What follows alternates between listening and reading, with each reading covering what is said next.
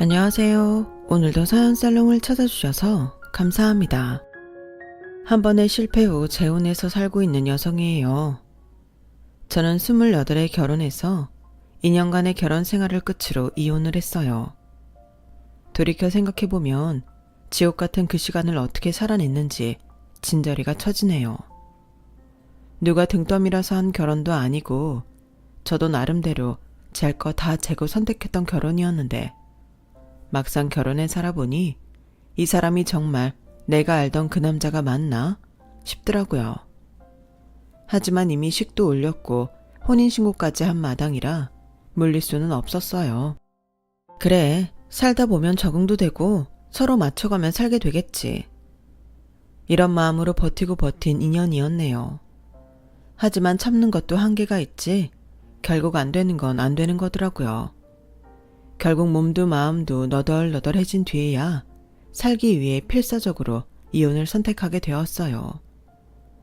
이혼하는 과정에서 저희 부모님은 많은 상처를 받으셨어요. 단지 내 자식이 이혼녀가 된다는 이유 때문이 아니라 남편과 시댁 식구들한테 엄청 시달림을 당했거든요. 이혼을 했던 과정을 생각하면 다시는 결혼 따위는 안 하고 싶었지만 사람 마음이 그렇지 않더라고요. 새로운 사람을 만나 지난날의 상처가 치유되고 나니 두 번째 결혼까지 하게 되었네요. 다행히 두 번째 남편은 정말 좋은 사람이라서 저도 부모님도 행복한 나날을 보내고 있답니다. 이렇게 해피엔딩으로 끝났다면 제가 이렇게 사연을 보내는 일도 없었겠죠. 선연이든 악연이든 그놈의 인연이라는 게 하여간 즐긴 게 아니더라고요. 똥이 더러워서 피하려고 했는데 이놈의 똥덩어리가 3년이 지난 지금까지도 저를 괴롭히니 말이에요. 그럼 지금부터 제 사연을 들려드리겠습니다. 저는 어릴 때 몸이 많이 약했어요. 미숙아로 태어나서 태어나자마자 인큐베이터 생활을 했고 중학교에 들어갈 때까지 병원을 동네 마트 드나들듯 살았거든요. 원인을 알 수 없는 피부 발진과 복통, 거기다 감기는 수시로 달고 살았죠. 그러다 보니 저희 부모님은 찬바람만 불어도 제 걱정을 하셨어요. 그렇게 병약하던 제가 조금씩 건강한 모습을 갖게 된 건 중학교 2학년 때쯤이었어요. 매번 환절기마다 감기에 걸려 골골했었는데 그해 처음으로 무사히 환절기를 지내게 된 거죠. 그 후로는 언제 그랬냐는 듯 좀처럼 감기에 걸리는 일도 없었고 이유 없이 생기던 복통과 피부 질환도 점차 잦아들기 시작했어요. 그래도 언제 다시 병원 신세를 지게 될지 모르기 때문에 부모님은 늘 제 건강을 주시하셨죠. 몸이 건강해지니 학교 생활도 즐겁고 모처럼 친구도 사귀면서 평범한 학창시절을 보낼 수 있었어요. 특히 피부 질환으로 노인들 피부처럼 쭈글쭈글했던 얼굴이 제 또래 아이들처럼 맑고 깨끗하게 변하자 감춰졌던 인물이 살아나기 시작했죠. 초등학생 때만 해도 아이들이 제 얼굴을 보고 괴물 같다며 놀리곤 했었는데 말끔해진 제 얼굴에 더는 놀리는 아이들이 없게 되었죠. 뿐만 아니라 저랑 사귀고 싶다고 대시를 해오는 남자 아이들도 있었어요. 마치 다시 태어난 느낌이었죠. 고등학교에 들어갈 무렵부터는 저 자신도 예전의 내 모습이 기억나지 않을 정도로 건강해진 모습에 익숙해졌어요. 외모에 자신이 생기니 생활에서도 자신감이 넘쳐나고 그러다 보니 교우 관계도 좋아졌죠. 대학 생활 그리고 이어진 직장 생활을 하면서도 주변에서 성격 좋다는 말을 들으며 살았어요. 그리고 그 무렵 첫 번째 남편을 만나게 되었죠. 당시 제가 다니던 회사는 광고 대행업체였는데 신생회사인데다 규모가 그리 크지 않아서 동정업계의 일을 하청받아서 하는 일이 종종 있었어요. 당시 남편이 다니던 회사는 광고 쪽에서 꽤 규모가 있는 회사로 가끔 저희 회사에 일감을 넘기곤 했었죠. 일종의 갑과 을의 관계였기 때문에 저희 회사 쪽에서는 남편의 회사에서 어떻게든 잘 보이려고 애를 쓰곤 했죠. 문제는 남편의 회사의 갑질이 여간 대단한 게 아니라는 거였어요. 남편네 회사랑 일을 해본 사람들은 혀를 내두르며 도망치기 일쑤였죠. 그러다 보니 마땅한 담당자가 나서지 않았고 결국 입사 2년 차인 제가 그 일을 맡게 된 거예요. 대표님, 저 이제 겨우 입사 2년 차예요. 제가 그런 일을 어떻게 맡아서 해요? 적어도 대리급은 붙여주셔야 그쪽에서도 납득할 거 아니에요. 나도 알지. 그걸 왜 모르겠어? 그런데 다들 못하겠다잖아. 윤 대리는 급성 맹장이라 병원에 들어가 있고 성 대리는 지난달에 이혼하고 혼자 애 키우느라 눈코 뜰 새 없지. 박 과장은 에휴, 지난번에 그쪽 일 맡았다가 화병 나서 회사 관두겠다는 걸 억지로 뜯어말렸다고. 그러니 성격 좋은 윤아 씨가 좀 맡아줘. 직급이 낮아서 걱정이라면 담당자는 윤 대리를 올리고 윤아 씨는 실무자를 올려줄게. 그럼 되지? 이 일 끝나면 내가 휴가랑 포상금도 줄 테니까 부탁 좀 하자. 어차피 평소에도 대리급 일들은 제가 도맡아 했던 터라 일적으로는 크게 걱정이 되지 않았어요. 문제는 접대였죠. 그쪽 담당자가 엄청 술고래라서 접대비도 접대비지만 우리 측 담당자가 벼터내지 못하는 처지였거든요. 게다가 저는 맥주 500cc로 고사를 지내는 주량이라서 더더욱 걱정이었죠. 아, 그런데 희소식이 들려온 거예요. 저쪽 담당자가 젊은 대리로 바뀌었다는 거였죠. 원래 담당을 맡고 있던 차장이 중간에서 커미션도 떼어먹고 과한 접대로 인해 거래처에 말들이 많았던 모양이에요. 새로 바뀐 담당자는 30대 초반의 대리였어요. 바로 제 첫 남편이었죠.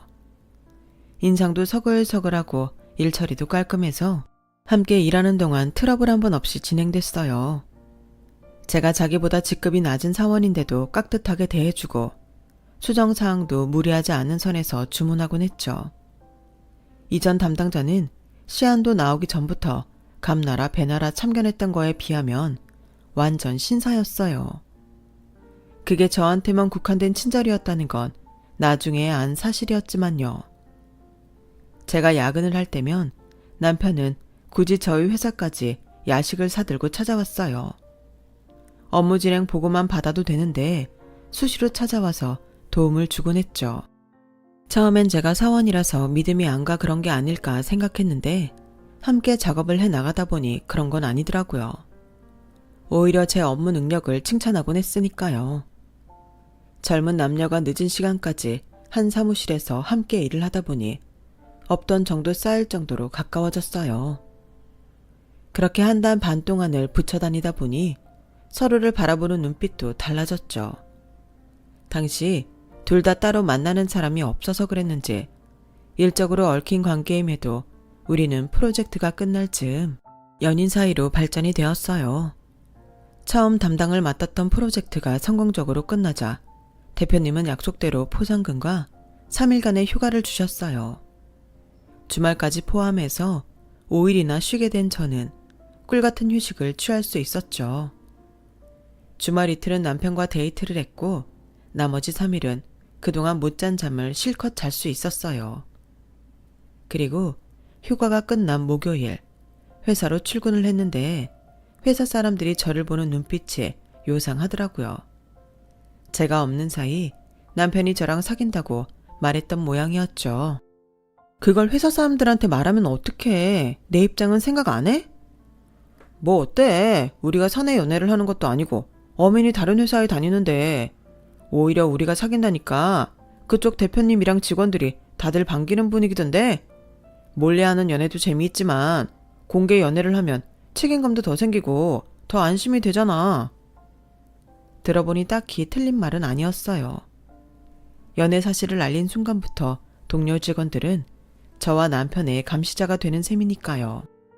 난 자기랑 가벼운 사이로 만나고 헤어질 생각은 없어.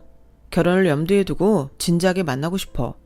우리 나이에 하는 연애는 적어도 그래야 한다고 생각해. 생각보다 진지한 남편의 모습에 왠지 안심이 되더라고요. 저보다 나이가 많아서 그런 것도 있겠지만 평소 행동을 보면 꽤 진중한 사람인 것 같아서 믿음이 갔어요. 우리가 연애를 한 3년 동안 남편의 이런 모습은 변함이 없었어요. 그리고 그 믿음은 결혼으로 이어지게 되었죠. 3년 동안 연애를 했기 때문에 양가 부모님과도 안면은 있었지만 그래도 정식으로 결혼 승낙을 받으려고 시댁에 찾아갔어요. 저희 시댁은 30평대 빌라였는데 집안에 살림살이가 많아서 그런지 평소보다 조금 답답하게 느껴지더라고요. 게다가 가구들이 조화롭지 않게 따로 노는 느낌이었어요. 하지만 그보다 놀랐던 건 화장실 휴지였죠. 차를 마시고 얘기를 나누다가 잠깐 화장실에 가게 되었는데 두루마리 휴지가 있어야 할 자리에 냅킨이 수북히 놓여 있더라고요. 냅킨에는 패스트푸드점 이름부터 꼬치집, 빵집 등등 다양한 업체 이름이 찍혀 있었어요. 딱 봐도 돈을 주고 산 게 아니라 어디서 받아온 물품 티가 났죠. 인사를 마치고 시댁을 나오면서 남편한테 물었더니 자기는 어릴 때부터 그렇게 쓰고 살아서 이상한 줄 몰랐다는 거예요. 우리 아버지가 절약정신이 투철하시거든. 변기 속에 벽돌 넣어두고 물 절약하는 건 기본이고 길 가다 쓸만한 물건이 있으면 들고 와서 쓰곤 하셔. 자기도 봤지? 거실에 있던 TV 선반이랑 테이블 그거 다 아버지가 주워오신 거야. 아직 멀쩡한데 버리고 새로 사는 건 낭비도 낭비지만 환경 문제를 생각하면 정말 안 좋은 습관이라나? 어릴 땐 우리가 못 사는 것도 아니면서 아버지가 남이 쓰던 물건들 들고 오시는 게 창피했는데 지금은 아버지 말에 동의해. 지금처럼 펑펑 쓰고 살다가는 지구가 온통 쓰레기장이 될걸? 듣고 보니 맞는 말 같더라고요. 미관상 딱히 예쁘다고 할 수는 없지만 그렇다고 못 쓸 정도는 아니니까요. 그래서 말인데 자기야, 우리 결혼하면 자기 부모님 모시고 살까? 우리 집에야 형제가 나 말고도 둘이나 더 있으니까 부모님 모시고 살 자식 걱정할 필요 없지만 자기네는 다르잖아. 하나뿐인 딸 시집 보내고 나면 장인 장모님이 너무 적적하실 거 아니야. 게다가 그 큰 집에 두 분만 사는 건 일종의 낭비이기도 하고. 자기 생각은 어때? 정말 그럴 수 있겠어? 나야 그래주면 좋지. 안 그래도 나 결혼한다고 엄마가 많이 서운해 하시는데. 근데 자기 부모님이 뭐라고 하시지 않을까? 걱정 마. 모르긴 해도 우리 부모님이 잘 생각했다고 그러실걸. 그때까지만 해도 남편의 말을 반신반의했어요. 그런데 상견례 날 시아버지께서 저희 부모님께 그러시는 거예요. 원하신다면 제 아들 데려다 사십시오. 요즘 세상에 딸 자식만 시집살이 하라는 법 있습니까? 아들 자식도 상황에 따라선 처가살이도 할 수 있는 거죠. 요즘 젊은 사람들이 다들 내 집 마련한다고 난리들 치는데 그것도 일종의 낭비 아닙니까? 자식들 키우고 살던 집에 부모만 덩그러니 남으면 남는 방이며 허전한 공간들은 어디다 씁니까? 그러니 저희 눈치 보지 마시고 제 아들 데려다 사십지요. 화통하게 웃으시며 아들을 처가살이 시키겠다고 하자 저희 엄마는 얼굴에 화색을 띠셨어요. 이거 감사해서 어쩌죠? 말은 안 했지만 딸아이 시집 보내게 돼서 무척 섭섭했는데 이렇게 듬직한 아들을 얻게 될 줄은 몰랐습니다. 감사합니다, 사돈. 화기애애한 분위기에서 우리 부부의 처가살이는 결정이 되었고 그에 따라 결혼 준비도 수월해졌어요. 제가 쓰고 있던 물건들이 아직 쓸만한 것들이어서 침대랑 책상만 바꾸고 나머지는 그대로 쓰기로 했거든요. 그나마 침대는 저희 아빠가 사주셔서 결과적으로 저희가 신혼살림을 준비하는 데는 50만 원도 들지 않았어요. 스스로 처가살이를 자처한 사위가 내심 고마웠던 엄마는 제 남편한테 정말 잘해주셨어요. 혹여 장인 장모 눈치나 보지 않을까 지레 걱정을 하시곤 최대한 사위가 눈치 안 보고 살 수 있도록 엄마가 더 신경을 쓰셨죠.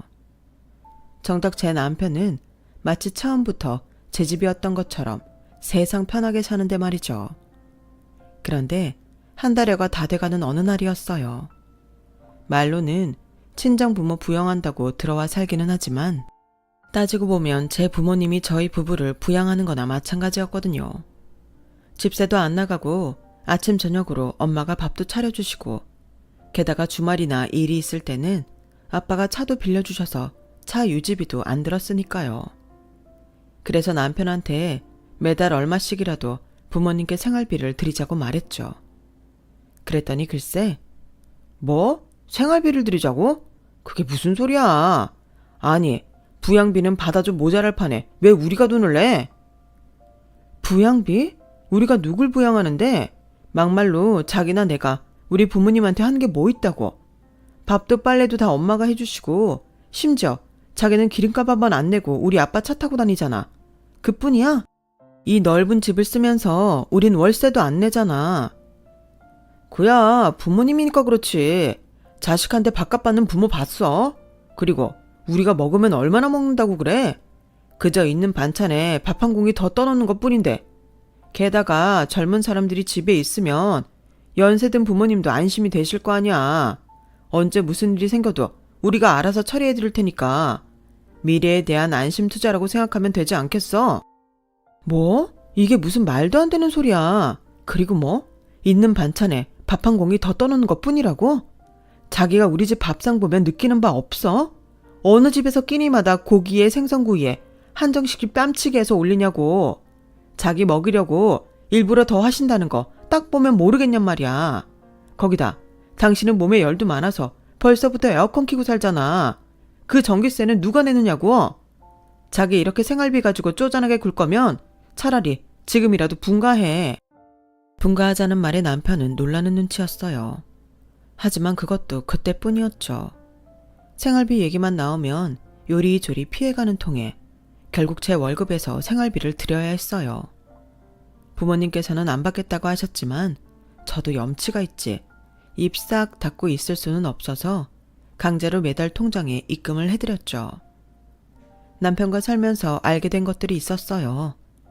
제 남편은 절약정신이 투철한 게 아니라 내 거만 안 쓰려고 하는 자린고비였거든요.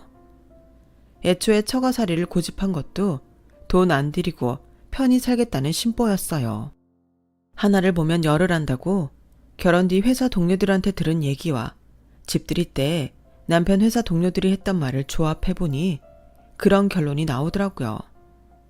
결혼하고 반년이 지났을 무렵 부장님이 저를 따로 회의실로 부르셨어요. 요나씨, 내가 이런 말 한다고 불쾌해하지 않았으면 좋겠어. 자기 남편 말이야. 좀 정도가 지나친 것 같아서 말이지. 우리가 그쪽 회사 하청받고 있는 처지라 그동안 말을 못했는데 매번 우리 법인카드 가져가서 개인 물품을 사더라고. 지난번엔 마트에서 장까지 봤던데 유나씨도 알고 있었어? 네? 마트에서 장을 봐요? 그럴 리가 없을 텐데요. 저희는 제 친정에서 살고 있어서 장 보는 건 엄마가 하세요. 그러니 남편이 마트에 갈 일이 없어요. 혹시 잘못하신 건 아닌가요? 그게 말이야, 이번이 처음이 아니야. 그간 액수가 적기도 하고 쪼잔하게 그런 걸로 말 꺼내기도 뭐해서 말 안 했던 거지. 유나씨가 남편한테 말 좀 잘해봐. 그 말을 듣는데 너무 창피해서 얼굴이 새빨개졌어요. 그리곤 한편으론 불안한 생각이 들더라고요. 우리 집에 쓸 물건을 산 게 아니라면 혹시 두 집 살림이라도 하고 있는 건가? 하는 생각이 들었거든요. 그래서 남편한테 법인카드 얘기는 하지 않고 남편 뒤를 밟았어요. 그랬더니 남편이 퇴근길에 대형 마트에 들어가더라고요. 그리곤 미리 약속이라도 해 놓았는지 웬 여자랑 다정하게 카트까지 밀며 장을 보기 시작했어요. 여자 얼굴은 보이지 않았지만 딱 봐도 저보다 어려 보이더라고요. 그 모습에 다리에 힘이 빠져서 휘청했지만 이대로 물러설 수는 없어서 빈 카트를 밀며 뒤를 따랐어요. 한우 코너에서 이것저것 골라담기 시작하더니 수산물 코너에서 모든 회까지 고르더라고요. 거기다 평소 잘 마시지도 않는 고가의 와인까지 챙기는 걸 보니 오늘이 무슨 날인가 싶더라고요. 그렇게 장을 보고 나온 남편과 여자는 택시를 불러 타고 갔어요. 저도 놓칠세라 택시를 타고 뒤를 밟았죠. 그런데 도착해보니 다름 아닌 시댁 앞이지 뭐예요. 택시에서 물건을 꺼내는 여자 얼굴을 보니 어이없게도 신우이였어요. 남매는 고기며 회, 술까지 한가득 담긴 박스를 2개나 들고는 집으로 들어가더군요. 제가 남편한테 전화를 걸어보니 남편이 남동생 생일이라서 시댁에서 저녁을 먹고 간다고 하더라고요. 거기까지는 그렇다 쳐요.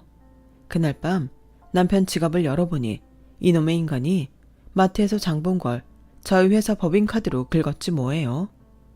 하청에 들어오면 접대 차원에서 종종 남편네 회사 실무 담당한테 법인카드를 빌려주곤 하는데 그걸 이놈이 지 사욕 챙기는데 쓰고 있는 거예요. 웃긴 건 저희 집에는 껌 한 통 안 사오면서 자기 식구들 먹이고 입히는 데만 남의 법인카드를 썼다는 거죠. 물론 그런 카드로 긁은 물건을 받고 싶은 생각은 없지만 남편의 마음 씀씀이에는 화가 났어요. 먹고 자고 쓰는 건 내 부모 돈으로 하고 챙기는 건 자기 부모랑 형제들만 챙기는 셈이니까요. 그래놓고는 생활비 몇 푼 내자는데 그 난리를 치다니. 여보, 지금까지 이런 식으로 우리 회사 법인카드 써왔어? 자기네 가족들 먹을 고기랑 회 술 사느라? 기가 막혀서 정말. 왜 구질구질하게 이런 걸로 회사 사람들한테 말 듣게 만드는 건데? 자기 돈 있잖아. 자기 식구들 먹을 거는 자기 돈으로 사야지. 왜 남의 회사 공금으로 쓰냐고. 어차피 접대용으로 준 건데 내가 뭘 사든 무슨 상관이야. 왜? 자기네 회사에서 뭐라고 그래? 다 참. 지금까지 누구 덕분에 일감 얻어먹고 사는데 뒤에서 그딴 소리를 해? 자긴 신경 쓰지 마. 내가 알아서 처리할 테니까. 일감이 떨어져 봐야 자기들 잘못을 알겠지.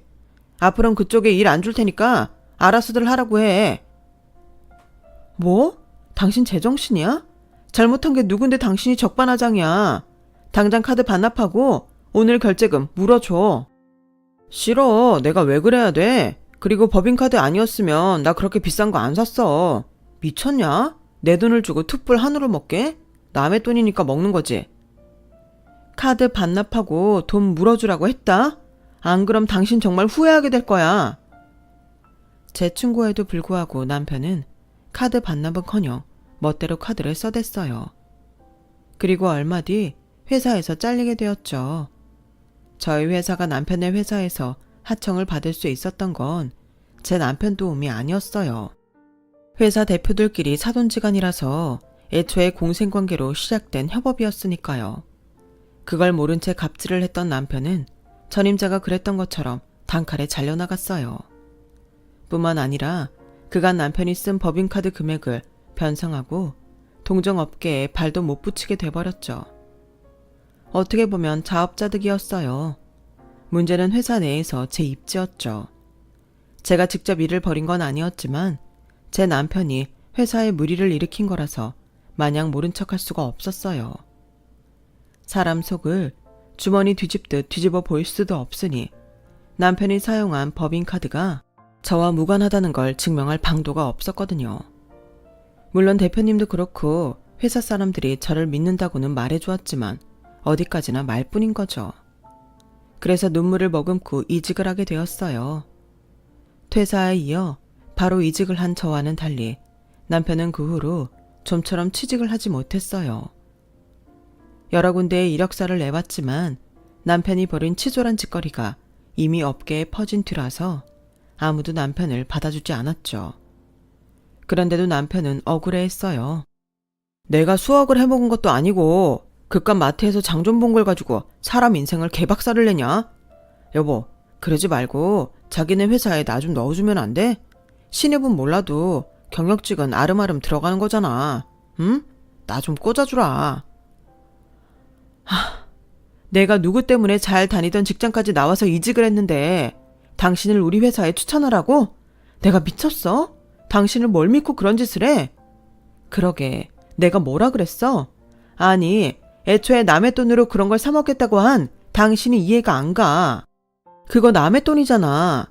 자기처럼 돈 아끼는 사람이 어떻게 남의 돈은 그렇게 펑펑 써대? 그게 무슨 절약이야, 도둑놈 심부지. 난 앞으로 당신이랑 일적으로 엮이고 싶은 생각 없으니까 내 도움 받을 생각은 꿈도 꾸지 마. 그리고 앞으로는 생활비도 꼬박꼬박 내. 우리 아빠 차 탈 때는 기름값 정도는 자기 돈으로 내고. 이야, 남보다 더하네. 그래, 그깟 생활비 내가 낸다. 낼 테니까 걱정하지 말라고. 하지만 이혼하는 그날까지도 남편은 생활비를 한 푼도 내지 않았어요. 그럼 어떻게 버티냐고요? 그 일을 생각하니 한숨부터 나는데 정말이지 자식은 부모의 거울이라고 남편이나 시부모님이나 똑같은 사람들이더라고요. 결혼하고 1년도 안 돼 자기 아들이 실직을 했는데도 철마다 옷 사달라 여행 보내달라 요구하는 게 한두 가지가 아니었어요. 그러다 남편이 생활비 문제를 시댁에 가서 어떻게 말을 했는지 하루는 저희 시어머니가 친정으로 찾아오셨더라고요. 손에는 반찬통을 바리바리 싸들고 말이죠. 그래, 네가 네 남편 실직했다고 밥도 먹지 말라고 했대서 내가 직접 내 아들 먹을 밥 싸들고 왔다. 안 사돈도 그러는 거 아닙니다. 아들처럼 데리고 살겠다고 한 사람이 누군데 직장에서 쫓겨났다고 밥도 안 주고 구박을 합니까? 내가 그 소리를 듣고 피눈물을 흘렸습니다. 어떻게 사람이 이럴 수가 있어요, 인정머리 없이? 사돈, 무슨 오해가 있었는지 모르지만 그런 일 없습니다. 저희가 왜 사유밥을 굶겨요? 직장일만 해도 혹여 실직했다고 기죽을까봐 저희는 그 일을 입에도 안 담는답니다. 아니 그럼 내 아들이 거짓말이라도 했다는 소립니까? 사돈이 이렇게 앞뒤가 다르니 내 아들이 날 찾아와 배고프다는 소리를 하죠. 어머님, 저희가 뭐라고 했는지 모르겠지만 그거 사실이 아니에요. 어제 저녁만 해도 사위 먹인다고 저희 엄마가 갈비찜 해주셨어요. 혼자 소갈비 5대나 떼는 사람이 굶기는 뭘 굶어요? 오냐, 너 말 잘했다. 너 지금 내 아들이 네 집 밥 축냈다고 나한테 시위하는 거지? 그깟 갈비 좀 먹었다고 시애미를 쥐잡듯 하는 거 아니냐고. 내 참 더러워서 니네 집이 좀 산다고 이렇게 유세 떠는 거 아니다. 암튼 앞으로 내 자식 먹을 밥은 내가 챙겨올 테니 그렇게 알아라. 어머님은 가지고 오신 반찬통을 냉장고에 쑤셔놓고는 휑하니 가버리셨어요. 1시간쯤 뒤 친구들 만나러 나갔던 남편이 돌아왔길래 도대체 시댁에 가서 뭐라고 했길래 어머님이 반찬을 싸우셨냐고 했더니 별일 아니라는 듯이 그러는 거예요. 엄마가 담근 열무김치가 먹고 싶더라고. 그래서 난 실직해서 돈 못 버니까 엄마가 반찬 좀 해다 달라고 했지. 왜? 무슨 문제 있었어?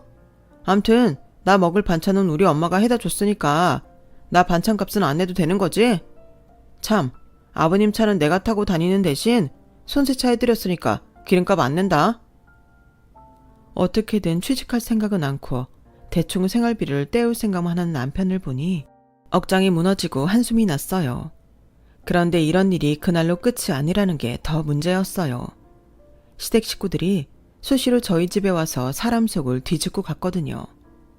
말로는 반찬 주러 왔다거나 자기 아들 먹일 쌀을 가져왔다고 했지만 그건 다 핑계였어요. 반찬이라곤 한 끼 먹고 끝날 정도의 소량이었고 쌀도 500ml짜리 페트병 하나 정도였으니까요. 그저 생색을 내곤 어떻게든 생활비를 안 내도록 하려는 얕은 꾀였죠. 문제는 이렇게 시부모님이랑 시동생들이 저희 친정에 드나들 때마다 저희 엄마랑 아빠가 힘들어 하셨다는 거예요. 기껏 사위한테 잘해 먹이고도 마치 남의 자식 굶기는 파렴치한처럼 욕을 먹어야 했으니까요. 제가 있을 때만 그러는 것도 아니고 제가 회사에 가고 없을 때도 수시로 찾아오니 특히 엄마의 마음고생이 이만저만이 아니었어요. 이렇게 시댁 식구들한테 들볶이는 동안 저는 한동안 잠잠했던 피부 발진과 스트레스성 복통이 재발했고 휴직을 하고 병원 치료를 받게 되었어요. 몸도 아프고 정신적으로도 힘들다 보니 나 하나만 없어지면 모든 게 정리되지 않을까 하는 나쁜 생각까지 하게 되더라고요. 그러다 문득 잘못은 저 인간이 했는데 왜 내가 죽을 생각을 하나 싶어서 자는 남편을 깨워 이혼하자고 했어요. 그때는 정말 머리 끝까지 스트레스가 쌓여서 더는 참을 수 없는 상태였거든요. 이혼해. 난 더 이상 당신 같은 인간이랑 살 수 없으니까 당장 이혼해. 유나야, 너 미쳤냐? 지금이 몇 시인데 자는 사람 깨워서 이 난리야. 그리고 이혼 사유가 있기나 하냐? 막말로 내가 바람을 피웠냐? 도박을 해서 돈 탕진을 했냐? 나처럼 모범적인 남편이 어딨다고 이혼을 하재. 암튼 난 이혼할 생각 없으니까 잠이나 자. 남편은 별일 아니라는 듯 다시 이불 속으로 들어갔어요. 그 모습을 보니 당장 뭐라도 손에 쥐고 저 인간 머리통을 한 대 때리고 싶더군요. 하지만 그랬다간 내 인생만 망가질 게 뻔해서 숨을 고르며 방을 나왔어요. 그리고 노트북을 들고 실력 있는 이혼 전문 변호사를 찾았어요. 그리고 다음날 변호사 사무실 문이 열자마자 달려들어가 이혼 소송을 의뢰했죠. 끝까지 자기는 잘못한 게 없다고 뻗대던 남편은 이혼 성립은 물론 제게 위자료를 지급하라는 판결이 나오자 그제야 제게 미안하다며 자기가 잘못했다고 통사정을 하더라고요. 어떻게든 위자료를 깎아볼 생각으로 그랬던 건데 제가 들은 척도 안 하자 기가 막힌 짓을 하더라고요. 위자료 3천만 원을 동전으로 가져와선 저희 친정 거실에 뿌리고 간 거 있죠. 살다 이런 악질적인 인간은 또 처음이었어요. 남편이 뿌리고 간 동전을 자루에 주워 담는데 웃음이 다 나더라고요. 억울하거나 화가 나는 게 아니라 이렇게라도 저 거머리 같은 인간이랑 끝을 냈다는 게 너무 기뻐서 미친 듯이 웃었어요. 이혼을 하고 나니 그동안 엉망이 되었던 피부도 원래대로 돌아왔고 신경성 복통도 씻은 듯이 나았어요. 그래서 다시 회사에 복귀하게 되었죠. 그렇게 과거를 잊고 일에 빠져 살던 어느 날 저희 회사에 광고를 맡긴 프랜차이즈 고깃집 대표와 미팅을 하게 되었어요. 젊은 나이에 실직을 한 뒤 고깃집에서 아르바이트를 하다가 좋은 아이템을 떠올려 식당을 차렸다고 하더라고요. 고기는 1인분을 안 팔잖아요. 그래서 혼자 오는 손님들은 울며 겨자 먹기로 2인분을 시키거나 일행을 만들어 오곤 하는데 그걸 보고 1인분 고깃집을 차리자 생각한 거죠. 홀에서도 판매를 하지만 주로 배달을 주력으로 하고 있어요. 1인분 고깃집은 입소문을 타고 주문이 줄을 이었고 창업한 지 3년 만에 꽤 인기 있는 프랜차이즈로 상장하게 된 거죠. 그곳 광고를 전담하게 된 저는 대표가 직접 운영하는 직영점에 자주 가게 되었어요. 대표님이 워낙 바빠서 밖에서 따로 만나 회의를 하기가 힘들었거든요. 그렇게 만들어진 광고는 꽤 만족스럽게 뽑아졌고 대표님도 무척이나 좋아하셨어요. 덕분에 앞으로 광고는 저희 회사에 맡기겠다고 하셨죠. 그렇게 지명 광고와 매체 광고 등 여러 번의 작업이 이어졌고 그러는 사이 우리는 많이 가까워져서 작년 이맘때 재혼을 하게 되었어요. 남편도 한번 결혼에 실패한 적이 있어서 서로의 처지를 이해하는 데 도움이 되었죠. 결혼식을 올리고 얼마 안 돼 제가 임신을 하면서 회사를 그만뒀어요. 현재는 가끔 매장에 나가서 카운터를 봐주고 있어요. 그런데 하필 그곳에 그 인간이 올 줄 누가 알았겠어요. 보아하니 저희 가게 앞을 지나가다가 저를 보고는 가족을 몰고 온 모양이더라고요. 몇 년 만에 다시 지긋지긋한 전남편과 그 가족들을 보니 속이 울렁거리고 토가 쏠리더라고요. 그래서 직원한테 카운터를 맡기고 화장실에 다녀왔는데 홀에서 전남편 목소리가 쩌렁쩌렁하게 울리더라고요. 세상에 사람 먹는 음식에 손톱이 웬 말이야. 아니지, 이거 모양새를 보니 손톱이 아니라 발톱인데 여기 사장 누구야? 사장 나오라 그래. 난리통의 손님들은 웅성거리기 시작했고 저는 서둘러 전 남편이 있는 테이블로 달려갔어요. 아, 네가 사장이야? 야, 나랑 살 때는 그렇게 깨끗한 턱 다 하고 살더니 돈은 참 더럽게 벌고 사는구나. 어떻게 음식에서 발톱이 다 나오니? 너 이거 어떻게 보상할 거야? 너 이런 거 따박따박 잘 따지잖아. 나한테 위자료 뜯어갈 때도 생활비 목록까지 증거로 제출해서 10원짜리 하나까지 다 받아간 거 기억나지? 나도 이참에 누구처럼 위자료나 제대로 받아볼까? 어떻게 보상할 거냐고. 일단 진정하세요. 그 발톱이 정말 저희 매장 음식에서 나왔는지 먼저 확인부터 하고 보상 처리를 논의하죠. 이게 아주 웃기네. 야, 넌 이 상황이 우습냐? 음식에서 이물질이 나왔으면 사장이 먼저 사과부터 해야 하는 거 아니야? 뭐? 확인이 먼저야? 이게 어디서 까불어? 너 인터넷에 올려서 가게 망하게 해줘? 야, 막내, 너 이거 빨리 찍어서 글 올려. 이것들이 가게가 망해봐야 정신을 차릴 모양이다. 전 남편 말이 떨어지기가 무섭게 신우이는 사진을 찍어 자기 SNS에 올렸어요. 그리곤 전 남편과 시댁 식구들은 의기양양하게 저를 흘겨보더라고요. 순간 식은땀이 날 정도로 긴장한 저는 다리에 힘이 풀려 휘청거렸어요. 그런데 그때 제 뒤에서 두 팔로 감싸 안아주는 사람이 있었어요. 바로 제 남편이었죠. 여보, 여기 일은 내가 처리할 테니까 당신은 들어가 있어요.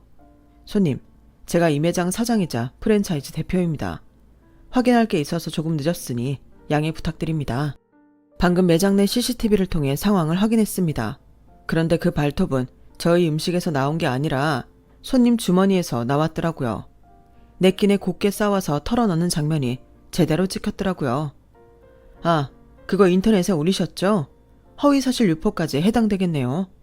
뭐, 법률적인 문제는 저희 회사 고문 변호사랑 상의해서 법적 소송 절차 제대로 들어갈 테니까 일단 댁으로 돌아가 주세요.